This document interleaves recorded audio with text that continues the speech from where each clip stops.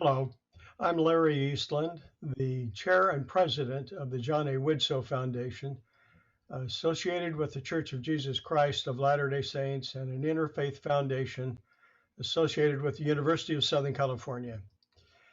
And I'm pleased to open this panel discussion on the question of loneliness. You know, we live in the greatest time to be alive. No nation in history has ever been so blessed with abundance. The abundance of food and shelter, access to health care, availability of transportation, and the growth and blanketing of technology that makes ordinary daily living tasks easier. So why is the rising generation so increasingly feeling a sense of aloneness and loneliness, a trend that preceded the pandemic by several years? Some say it's the disintegration of the nuclear family, robbing children of the feelings of stability and security in their early lives that follow them into adulthood. Well, we're going to explore these issues today with our panel of leading thinkers and practitioners who deal with these issues both as theoretical concepts and as the daily reality of those that they serve. Welcome all.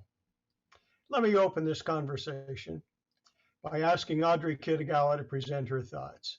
Audrey Kitagawa is the president founder of the International Academy of Multicultural Cooperation, president of the Light of Awareness International Spiritual Family, and the former advisor to the Office of the Special Representative of the Secretary General for Children and Armed Conflict at the United Nations. She's the chair of the Anti-Racism Initiative and co-chair of the Gender Equality Working Group of the G20 Interfaith Forum. She's an ambassador of Religions for Peace International and United Nations representative for the United Religions Initiative. So I would introduce Audrey, and please feel free to begin. Thank you so much, Larry, for that introduction and for this privilege to speak about the crisis of loneliness among young Americans and to explore this important issue with you, Varun Soni, and Gail Stearns. You know, Larry, in your opening comments, I think you have actually set forth a very succinct juxtaposition that economic prosperity and having more material things does not lead to true well-being and inner peace or security. And it doesn't allow us to embrace and discover the deeper meaning of life, which is really comprised of our values, ethics, and true purpose for being here, which arises out of our connection to that sacred ground of being in which all of life exists. And this drive for material abundance has defined our success by how many possessions we can acquire and own. And material success does not provide the answer to the fundamental, deeper, perennial question of who am I? And this is the deep inquiry that must take place in order to discover our true worth of who we really are, that is far greater than any material possession. Now, during the Great Depression, the goal of achieving the American dream was really framed by historian James Truslow Adams, who coined the phrase American dream.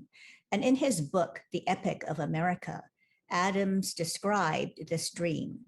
He said, "It is a land in which life should be better and richer and fuller for everyone, with opportunity for each according to ability or achievement. It is not a dream of motor cars and high wages and merely, but a dream of social order in which each man and each woman shall be able to attain to the fullest stature of which they are innately capable and be recognized by others for what they are, regardless of the fortuitous circumstances of birth or position." Then historian David Farber says the term quickly came to include the desire for affluence. And he said that it became closely linked to material comfort, to the consumer abundance America was producing, and a better life started to connote not just an economically secure life, but an abundant life. So there's a kind of linkage between upward mobility, a better life, and the good stuff that would make it so. You know, we've all heard the saying, a chicken in every pot, which is actually a prosperity campaign slogan promoted by Herbert Hoover when he ran for president during the Great Depression. However, a dream that frames well-being into a materialistic construction does not, in fact, bring well-being, but can rather lead us away from ourselves. And the crisis of loneliness, then, I would say, is a crisis of self-alienation. On some fundamental level, we inherently do know that the externalities of materiality that is ever changing creates greater fear and instability because we are defining our sense of well-being and happiness on things that are fleeting and impermanent. We all know that we came into this world naked, and that when we leave this world, there isn't a single material thing that we can take with us. So our drive to accumulate more things has thrown us into a competitive paradigm that creates an identity of success based on ownership of the newest, biggest, greatest gadget, car, house, designer, purse, shoes, and whatever it may be that perpetuates classism and elitism that creates an illusion of being powerful. And you are then fed into a power dynamics of distinctions of hierarchies that necessarily mean you are either in the one up over another position or a one down under another position. So this has led to greater feelings of powerlessness and insecurity as those things that used to reinforce our sense of security and well-being, such as, for example, intergenerational family support systems, have really given way to nuclear families, increasing divorce rates with struggling single parents as well.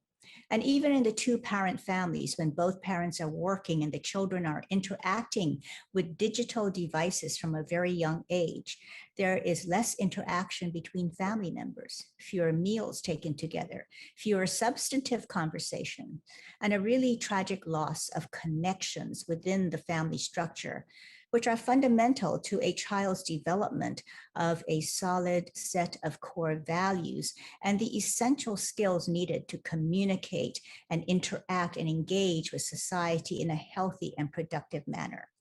So young people do need parental and spiritual guidance, mentorship, healthy friendships, and wholesome activities.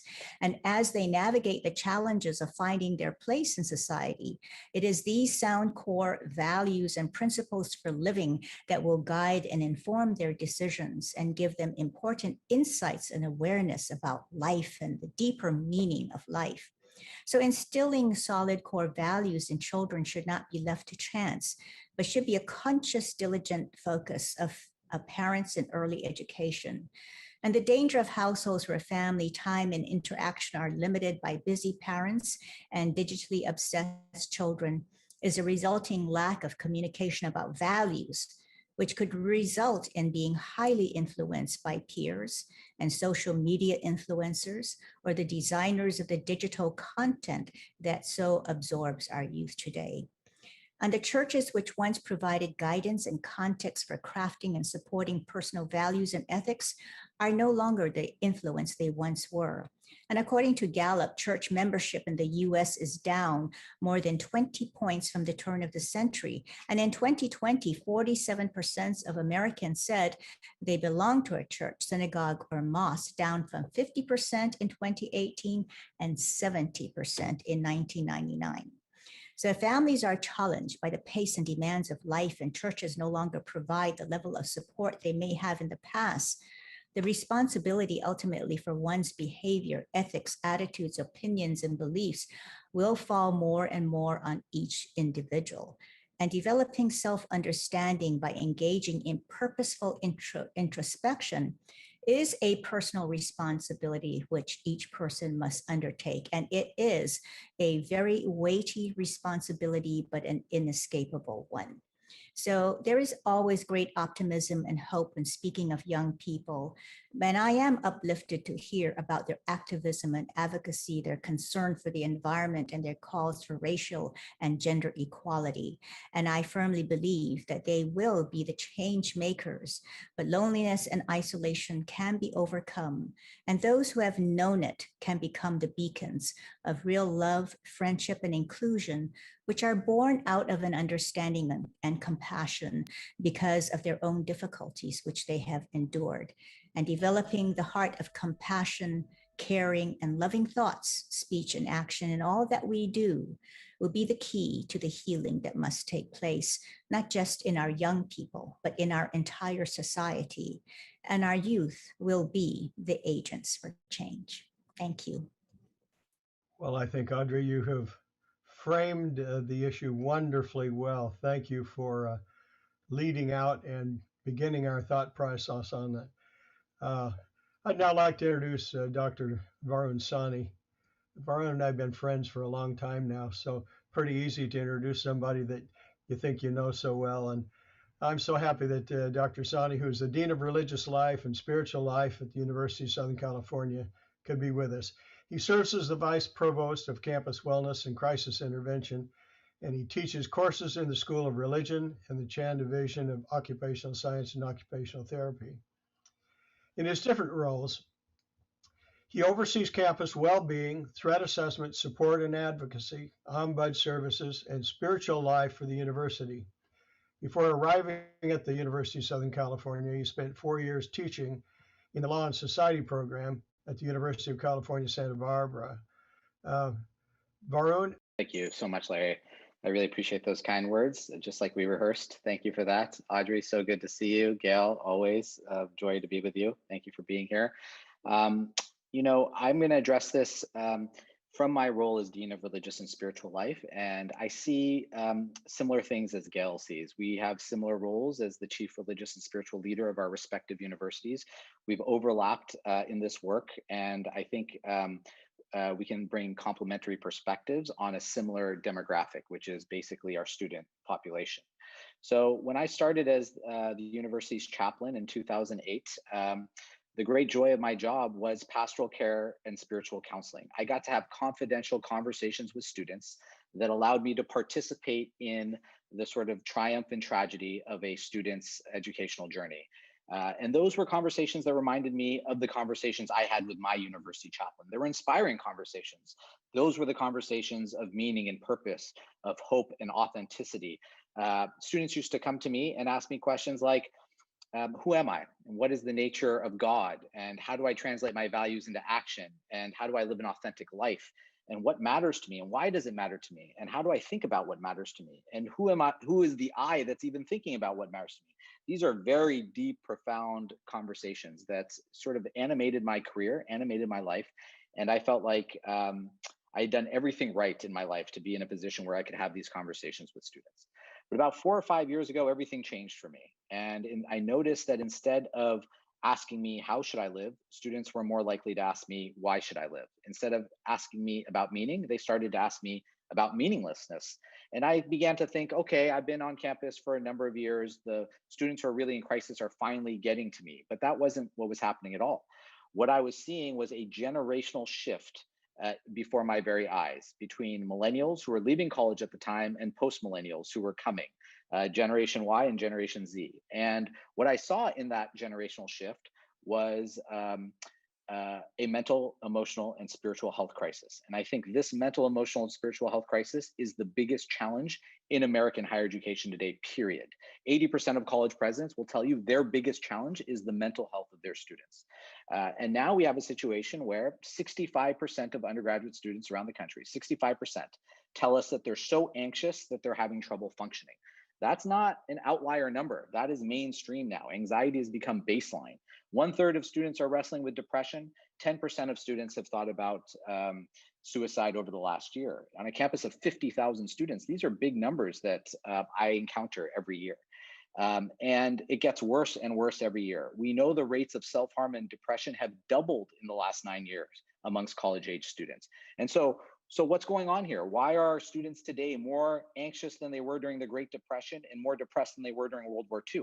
Like, what's different about this population? Well, as I began to sort of dig deeper on the issue and talk to colleagues around the country, what I realized at the heart of this, when you sort of start to poke, is a deep and abiding sense of loneliness. I believe that our young people today are going through a spiritual crisis of loneliness, a crisis of disconnection. And it made me wonder, how can this generation be so disconnected when we're told they're the most connected generation ever? And so um, I've been wrestling with this. This is what keeps me up at night. And sort of what I've realized is that what I see is what everyone sees. Cigna did a survey, and they're they're a healthcare company, and their survey found that the loneliest people in the United States right now are not the eldest, but the youngest, and particularly 18 to 22-year-olds. According to Cigna, the loneliest people in the United States are 18 to 22-year-olds. Those are undergraduates. And that's why over the last 5 or 6 years, I get a question every week, almost every day, that I never got for the first 5 or 6 years of my career. And that question is, how do I make friends?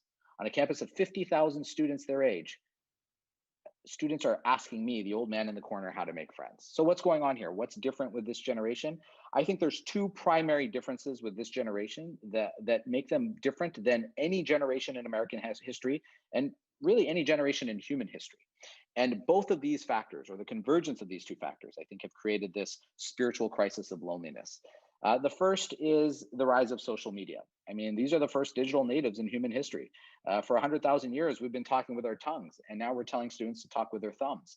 The way that social media has reframed basic human community and communication is dramatic, and we don't understand the consequences. This is a test case generation.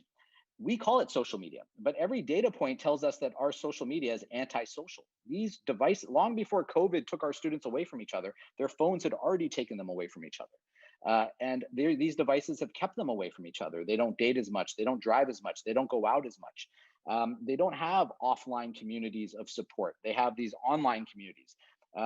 They may think that they have 10,000 friends online, but they wrestle with what it means to be a friend offline in real life.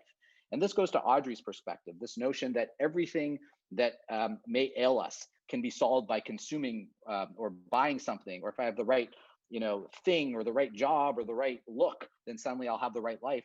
All of these messages that Audrey is talking about that make us feel empty even as they're supposed to be filling us up, all of those messages are communicated, reinforced on social media. And so our students have seen everyone's real life and have compared the worst aspects of their life.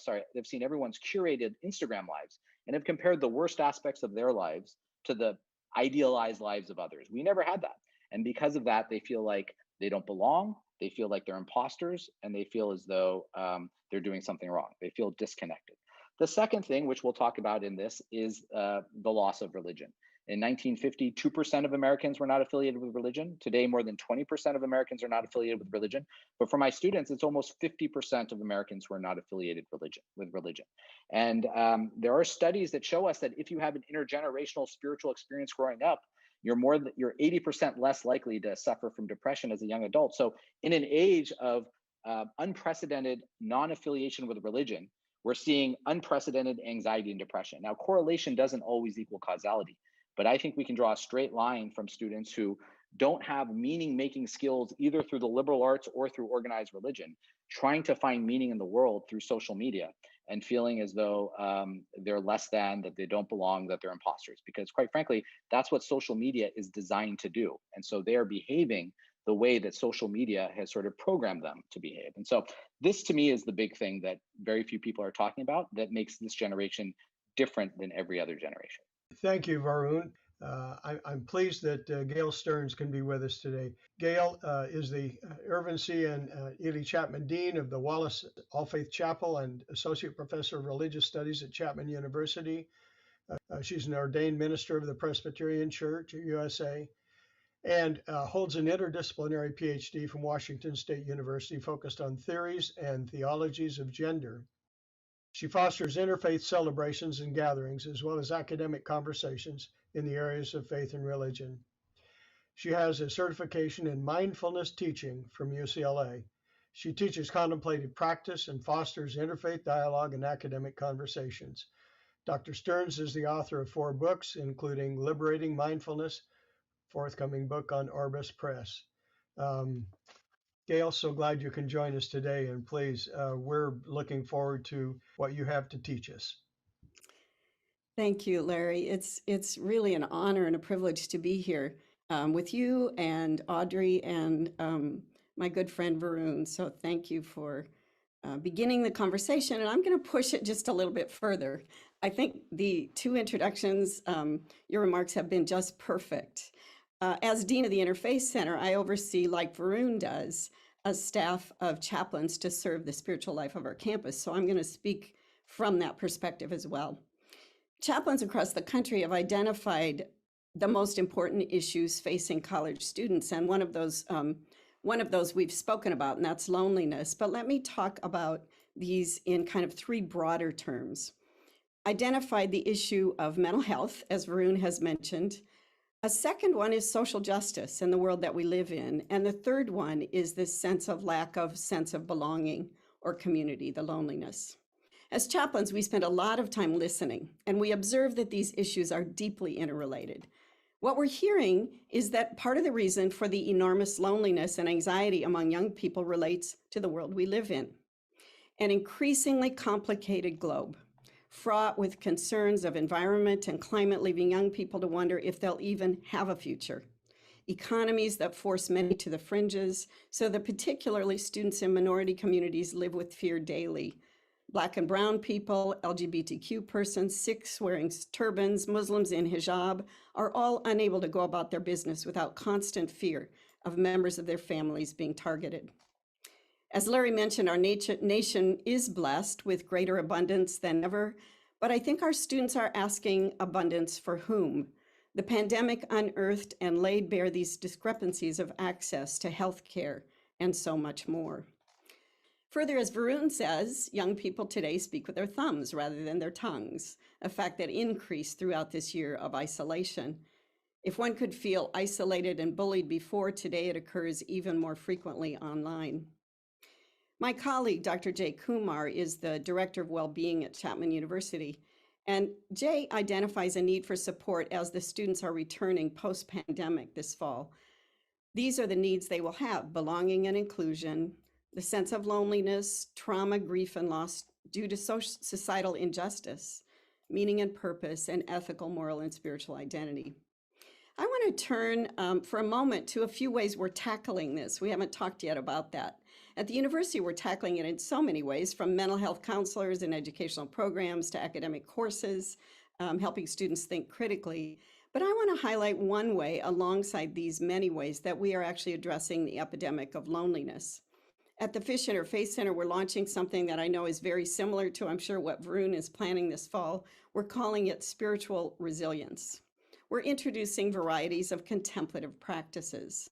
So if a student is religious, this may mean learning a discipline of a Bible study, or having space to pray 5 times a day, or instruction to sit in morning meditation, or joining a gospel choir. If they're not, we introduce new techniques that are really not that new, as they're steeped in ancient practices, meditation and yoga, for example. I wanted to mention, I am a teacher of mindfulness, and I wanted to interject that what I find fascinating is that brain science is, for the first time in my awareness, substantiating what religious practitioners have known all along, that spiritual practices like meditation and prayer deepen compassion. So there is a connection between students not getting this as they're growing up and feeling lonely. I want to add, however, that not all mindfulness as it appears today is created equal. It is a set of tools that can be used to increase anxiety, and as a teacher, I see this. It can, for example, be used so workers become more productive in business without questioning the ethics of that business. On the other hand, it can be intentionally utilized toward developing compassion for the most vulnerable. What we're finding is that when these practices are employed ethically and practiced within community, we help some young people tap into their inner resources. They gain a sense of belonging, set times to be present, which means turning off their cell phones and devices at set times. They gain deeper awareness and develop inner spiritual resources, awareness of their relationship with that which is greater than themselves, awareness of their interconnectedness with the earth and its people, and inspiration to make a difference. This spring, I taught over Zoom an academic course in mindfulness. And when I teach that, of course, I interweave the practice with being mindful in daily life of ourselves and people and the environment. And I introduce ways in which it stems from spiritual traditions. I want to close my remarks by giving you the voice of several of my students. This is, as we work in the class, we introduce this in ways that it offers spiritual religious practice for those to whom that has meaning. And that is true for probably, as Varun said, 50% of our students. So let me close with words from two senior students, both deeply committed to their own religion. One is a Christian and one is Jewish. And they are both wanting to understand how to deepen their spirituality as each moves toward a career following graduation. And once again, I think as we've been talking about, spirituality really means connectedness to ourselves, to one another in community, to the world around us, and to the divine in whatever way it is that we define that. Taylor wrote this: "When starting my mindfulness and meditation journey, I believe the practices to be super personal, with no room for others to join in my process. Still, through this class, I have learned to talk and bounce my knowledge off the experiences of my classmates. Community is a huge aspect of life that makes us social beings stronger and less lonely." And Dahlia wrote this: "Before this semester, I knew nothing of what my soul longed for: stillness, peace, serenity. This class has taught me more about myself than any other subject the last 16 years I've been a student, and every day I am grateful for each lesson it has shared with me. I have learned how to control my anxiety with my own breath. Whenever I feel anxious, stressed, or uncomfortable, I use my breath to connect. I can't be dishonest with myself, you, or anyone. This year has been far from easy. It has been everything other than what one could expect from their last year of university. There has been loss, filled with immense pain, fear, and dark nights. To say that I'm ready for what's to come is to understate how clear I am about my path. But that's the beauty in the stillness I have learned. I know with full confidence I can face the future. I believe that I have discovered tools and practices that will both ground me to the earth and continue to ascend me to the dimensions above." Thank you. So many places that we can take this. I think I'd like to start with asking Audrey a question, although please, I'd like everyone to speak into this. Audrey, you spoke about the core values of being a foundation to guide and support young people. Well, indeed, all people, as far as that goes, through their lives. How can parents, schools, and other institutions, and our religious institutions, instill these values in our youth? It seems like it's becoming more and more difficult to find public institutions that are willing to step out and speak of core values for fear that those core values are going to be mocked in some way or another. Audrey, how would you respond to that?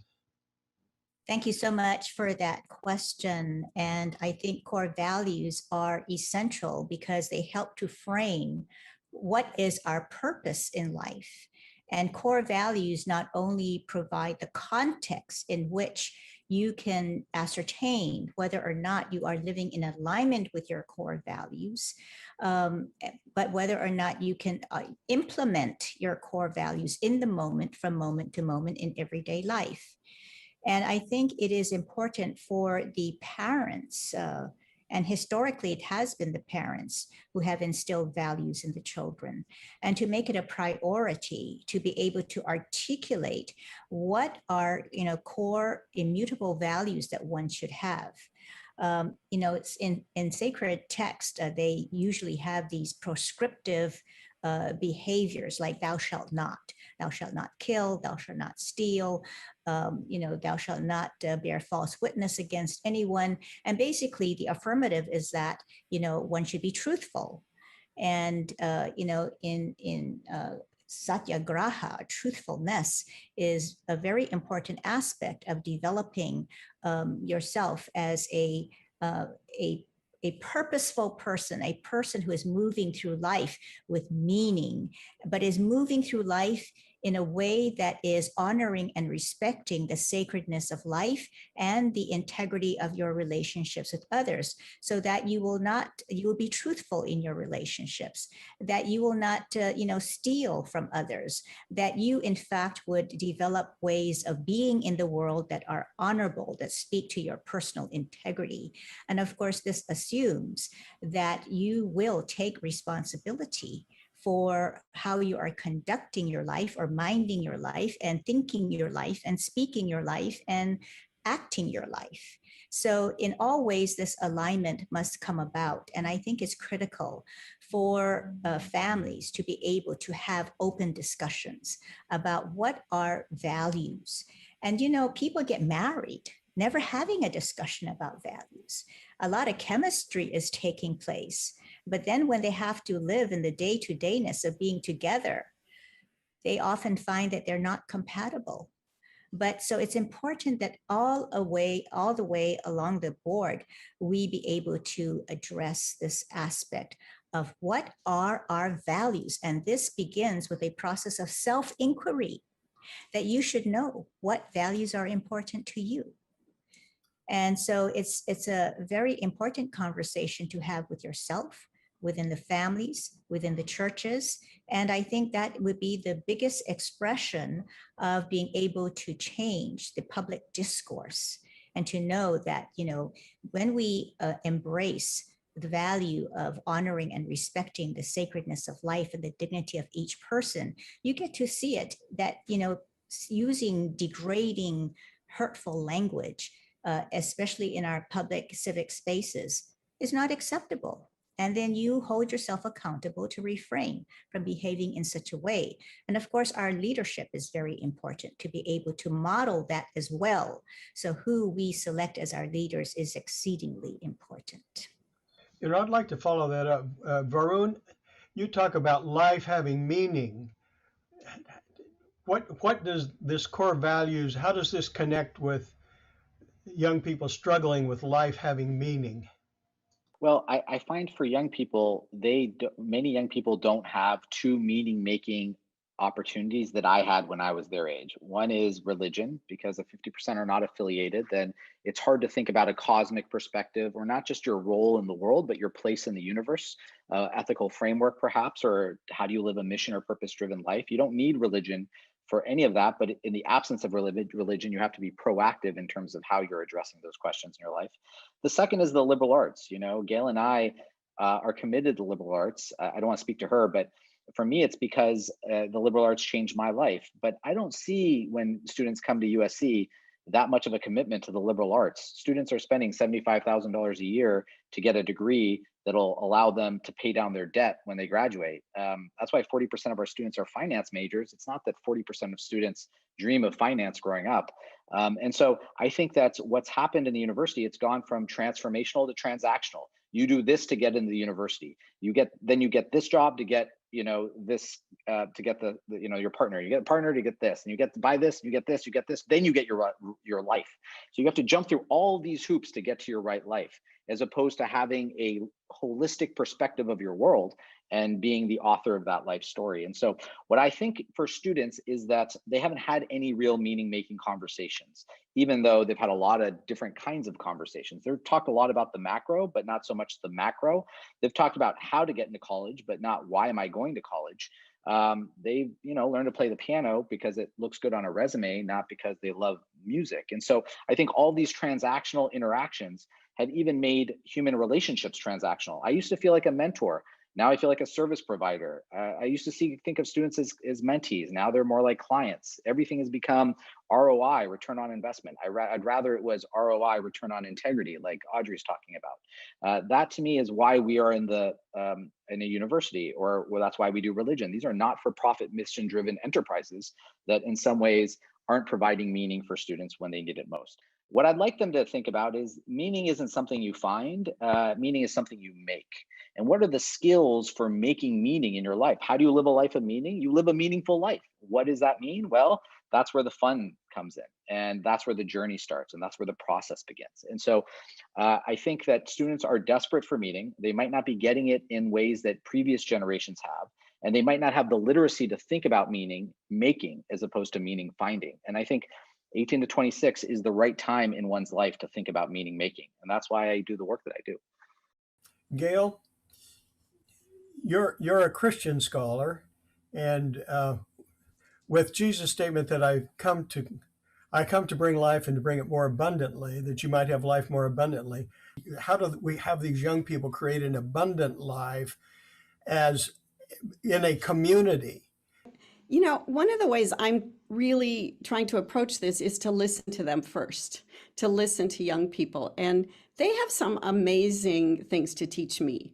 For example, I learned within the last 5 years, as Varun has suggested, they've shifted. But one of the things I've learned is they have this really interesting way. They take care of one another. They know where each other is every second of the day.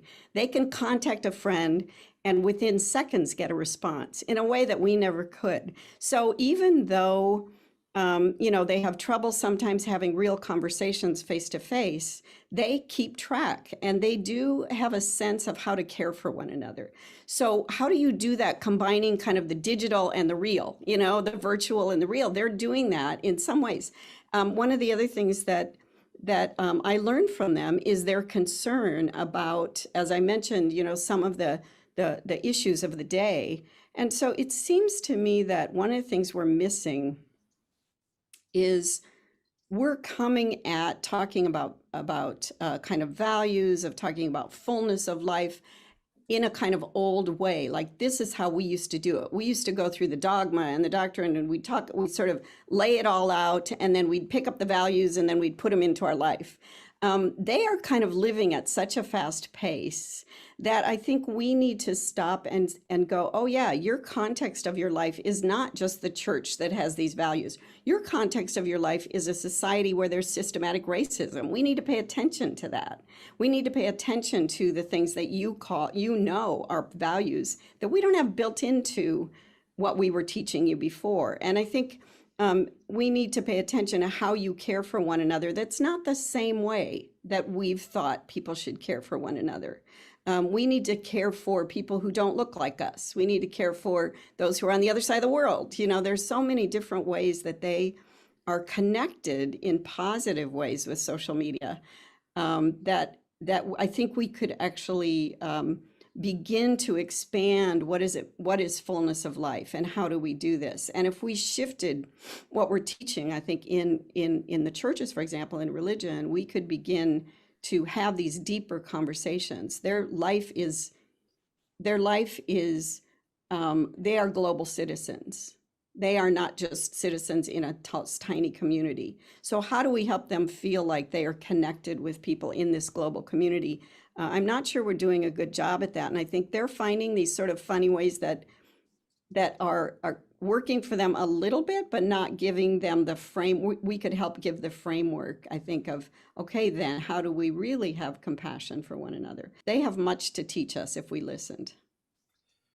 Audrey, you talk about the sacredness of life. Explain that just a little bit of why that's important in the context of what we're talking about today. Thank you. Thank you so much. This aspect of really honoring what is sacred and respecting what is sacred is very, very important. So I feel that the sacredness of life allows us to know in the silence and solitude that one can hear that small voice within that we've been talking about, the silence, the stillness, and finding the ways to be in that space where we can really listen to that still small voice. And it's always guiding us and giving us inspiration, but we have to connect with it. So in this aspect of loneliness, it provides an opportunity for people to do just that, to have the time, because as Gail was mentioning, we are on a fast track. People nowadays are have no time, but they're busy, but it is what they are busy about and what are they committing their busyness to, and how is all of that busyness and the commitment you're making to your life, is it making a difference? Is it having positive change? Are you yourself demonstrating this aspect of what the sacred represents? And I had the opportunity to meet an enlightened spiritual master who I call my beautiful spiritual mother. And she said, and in many sacred texts, this will say the same thing, that God is love. So in everyday, the seemingly ordinariness of everyday living is the opportunity to actualize the reality of the divine in our everyday lives through having loving thoughts, loving speech, and loving action. And if we can master where we are is the holy ground, if we can master that, it is an everyday way to honor the sacredness of life, because you yourself become that conduit of the expression of sacredness in your thoughts, in your speech, and in your actions. And I think all of the sacred texts are meant to help us to be able to make that connection. And like I said earlier, maybe through proscriptive behaviors, but actually the underlying message of that is the potential of all of us to be that expression of love in action. And I think, as Gail was mentioning in her examples, I think the young people today who are very interested in activism are finding this as a meaningful, purposeful way to be that expression of compassion, caring, and love for others, and setting forth that selfless service. You know, in Sanskrit, we call it seva. And I think seva, selfless service, is one of the fastest ways that one can come out of self-absorption and to really develop that heart of service. In the deepest meaning, it is really a devotional service to God. But it is also the expression of seeing the divine in all living things and to serve all living things, including the earth, and with great love and with great care and with great compassion. And that is the sacred ground of being and how we honor the sacredness of life. Maroon, when someone comes in to you and they're discouraged and they're trying to say life has no meaning for me, how do you help them get their arms around the sacredness of life, the importance of service, and how that will empower their life to create greater meaning? We have a real privilege to walk alongside students as chaplains. And I think as chaplains, we can offer a perspective that maybe others can't. And what I realize is that it's just important sometimes to hold space. It's important to bear witness to the struggle that our students are going through. Our students don't feel seen and heard, and some of that's because of the social media noise and the other noise in the world. Some of that for my campus is because it's a big campus in a big city, and so there's a lot of people. But I think a chaplain can be there and honor someone's experience and ensure that they feel seen and heard. And so students don't often come to me saying things like, I have no meaning in my life, but they'll come talking about something smaller, like, I don't know what I want to do for a job, or I don't understand why this person doesn't like me, or my parents want me to do this, but I don't really want to do this. And that conversation will take us to a conversation about meaning. And like I said before, for many of these students, it could be the first time they're wrestling with an idea of meaning as an overarching theme for their life. And so just being there to think about this with them is a great sort of privilege. In terms of giving them advice, like Gail, like I learn a lot from them too. So I don't know if it's up to me to say, here's what meaning is. I can't say that for students. I wrestle with that myself. But what I do try to encourage them to think about is, how do you ask the right questions, and how do you think about meaning as a journey rather than trying to think about meaning as the answer. Our students are at schools like USC and Chapman because they've had the right answer to every question that's ever been asked, but no one's ever asked them what the questions are. What are the questions? Okay, you got all the right answers to the SAT, to the achievement test, the ACT, to your AP exams, whatever, but what are the right questions? The right questions in a spiritual context are the questions that make us human, the questions that connect us with everyone who's ever lived. Those are questions of meaning. Who am I? What does my life mean? How do I live my values? And so what I try to do is ask questions, and not try to ask questions so that students can answer questions, but just ask questions that students can carry with them. Because what I found is that the answers to the ultimate questions change. Who am I at 5, 10, 15, 20, 30 is different. It should be different. That's what evolution and growth looks like. But the question of who am I is not different. The question of who am I endures. And to the extent that students are looking for a sense of meaning that endures across their life, they can only do that through the questions, not through the answers. And so in some ways, the process of learning is also a process of unlearning. And our students have learned in a particular way that there has to be the right answer to get to the next step. No one's ever told them, well, what are the questions? And maybe there doesn't have to be the right answer to that question. Maybe the answer changes, but the question endures. And even saying that to a student can be revelatory on their meaning-making journey. Gail, tell us some good news of what's going on. Tell us some good things that are going on so for those of us who want to be optimists, we have reason to be optimists of the young people today. That's a lot to put on me, but I quoted Taylor and Dahlia, and I'm telling you, these students give me enormous hope. And to kind of go back a little bit to what you asked Varun, when students come to me, very similar, is I try to get them to answer questions, but to go into what do they already know?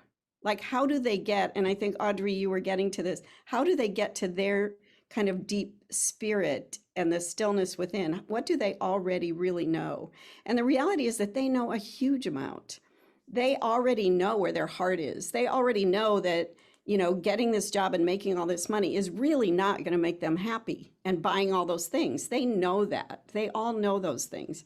But it's just that they don't see any other way. And they've never been given permission to kind of go deep within themselves, and you mentioned me being I'm Christian myself. And if I have a Christian student come in, I ask them to talk about, it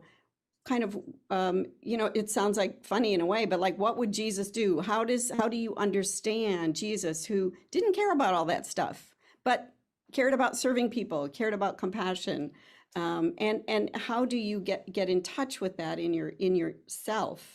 That kind of deep spiritual root of the values of caring, not only for other people, but yourself, loving your neighbor as yourself. They haven't heard that. They think you're just supposed to be on this trajectory and getting all this stuff. So what I'm really excited about is when students begin that journey and they begin to actually trust themselves, to have some confidence, to all the things that they really do know, but they've just been told not to pay attention to it, whether it's from social media or the university or whoever it is, they're not hearing it. So I'm seeing a lot of students that are learning to be still. They're learning to turn off their phones. They're learning that they're addicted, and they're finding ways to become, as we all are, to become unaddicted. I see students do things like they go out to dinner with one another and they all put their cell phones in the middle of the table. And the first person to pick one up pays the bill. So they are finding ways themselves so that they can get themselves away from that. They're beginning to understand they need to learn to just be still, to be with one another. And when I start to teach this and to talk with them, they start coming up with these incredible things they do. Just like, that's one example, but many, many, many ways that they can learn to really listen to what it is they know and to be in relationship with one another. They just need permission to do what they know is the right thing, which is really to be in relationship and to listen deep within to their spiritual resources. And I just don't think we're allowing necessarily enough spaces for that. But there is great hope. I see it all the time. I have heard some of the most creative ways they have found for example, to move themselves from social media, and that they will be the ones who help us to figure out how it is we're not going to be addicted to these devices. The last 10 years, they exploded. Just like, I have this sense that it's going to be someday like smoking. We're going to find out that this is cancerous, right? And that everybody's going to have to find a way to become, to stop smoking. And we did that in this country, didn't we? We really did an amazing job. Their generation's going to do that with the digital addiction. They're going to use it in the appropriate ways. So I see them starting that already. And I'm really excited about that. And my deep hope, I think, which I think I share with all of you, is they do find these kind of spiritual resources to draw upon and find within themselves the strength to be able to go against the crowd, to be able to do the things that they know they need to do. Audrey, a very quick concluding thought. Well, thank you for this honor of joining in on this panel and to really have this discussion on this very important issue. But you know, our youth, as with youth of each and every generation from the beginning of time, hold the keys to our future and the well-being of our planet and our civilization. It is in their hands because they're our progeny. And so we should be mindful of the kind of progeny that we are raising and the context within which they are being raised. And of course, the world today is far more challenging than in prior years because there are far more people, and just necessarily the complexities of having more people, 7.5 billion people in the world, is going to increase complexities necessarily. But also the social media aspect that Varun brought up allows us not to take any rest of the press of the challenges that people all around the world are facing in real time. So that is actually giving us an opportunity to rise to the call of action.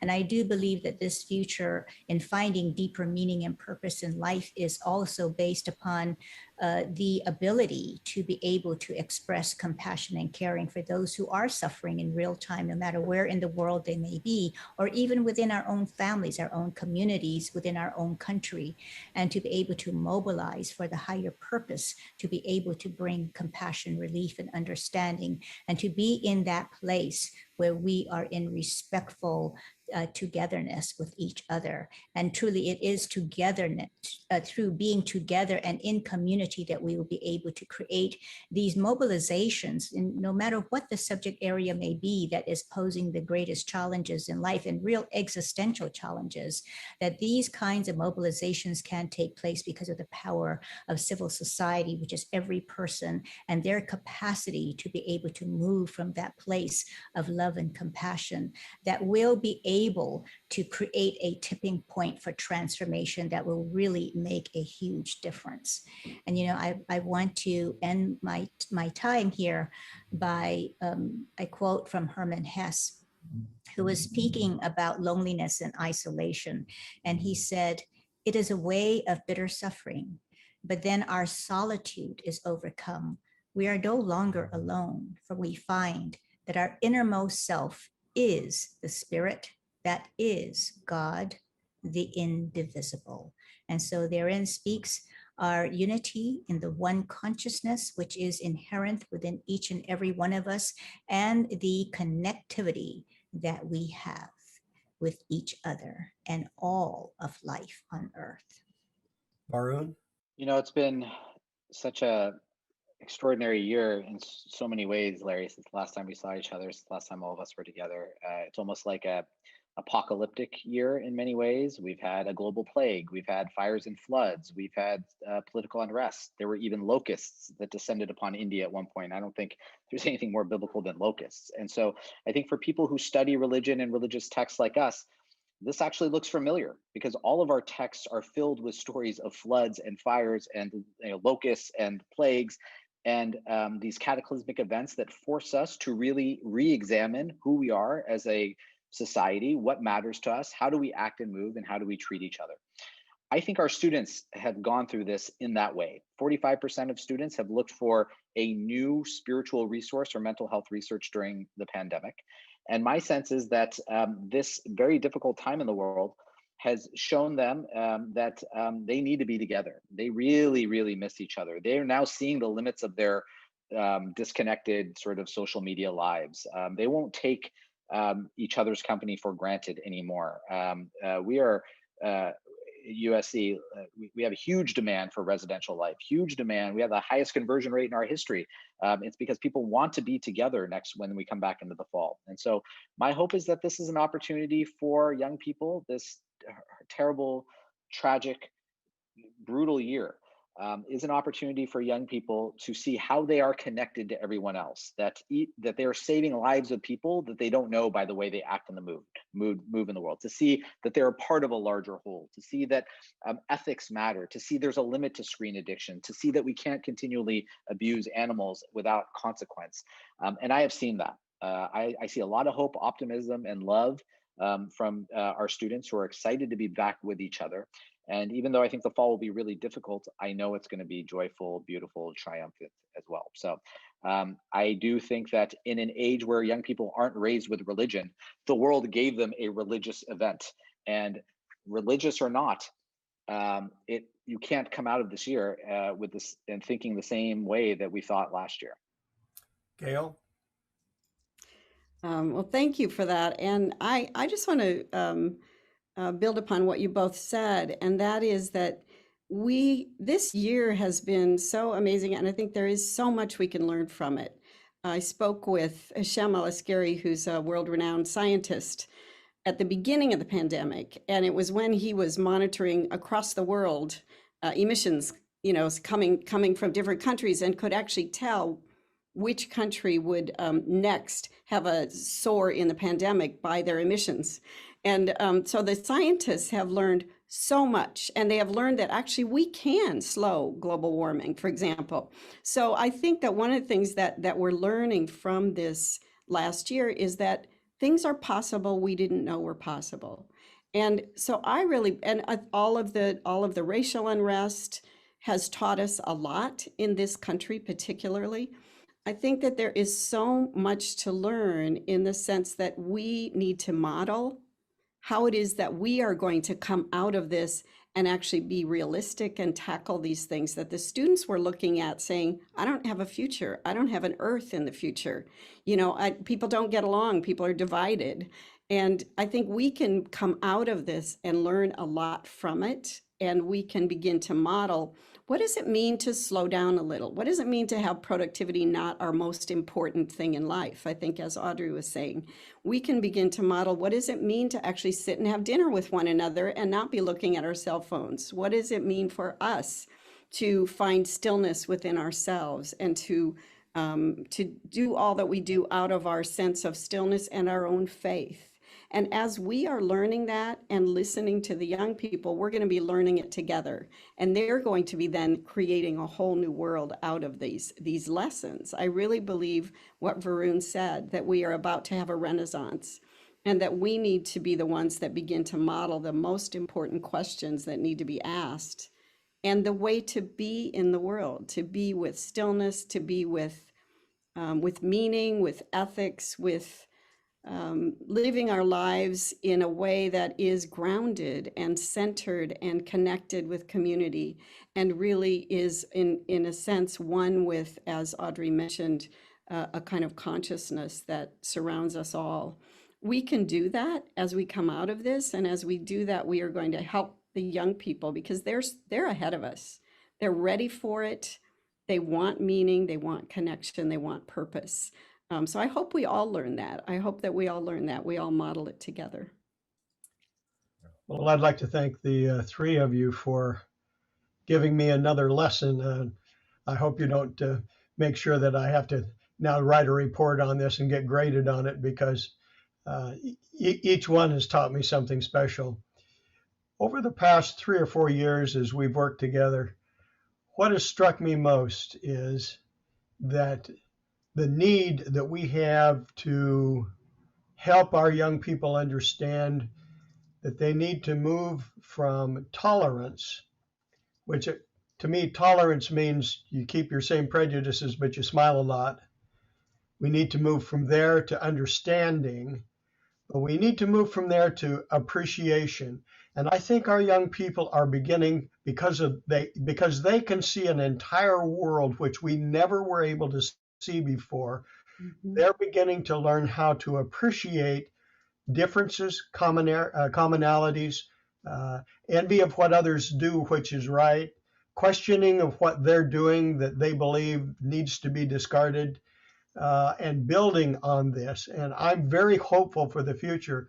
But like you, Gail, I think it's a process of discarding some things along the way when they finally realize that those things aren't bringing to them the meaning which they have. So thank you all very much. I appreciate it. And I would just close with this, and that is, many years ago, there was a prophet in our church who said, no success in life can compensate for failure in the home. And I think our young people, in looking at the homes that they are going to create, they're going to look at home as not just what goes on inside a house or an apartment, but what goes on in their neighborhood, what goes on in their community, what goes on in their nation, and recognize that all of that has to work together. So thank you very much, and really appreciate it. Wonderful hour. Bye.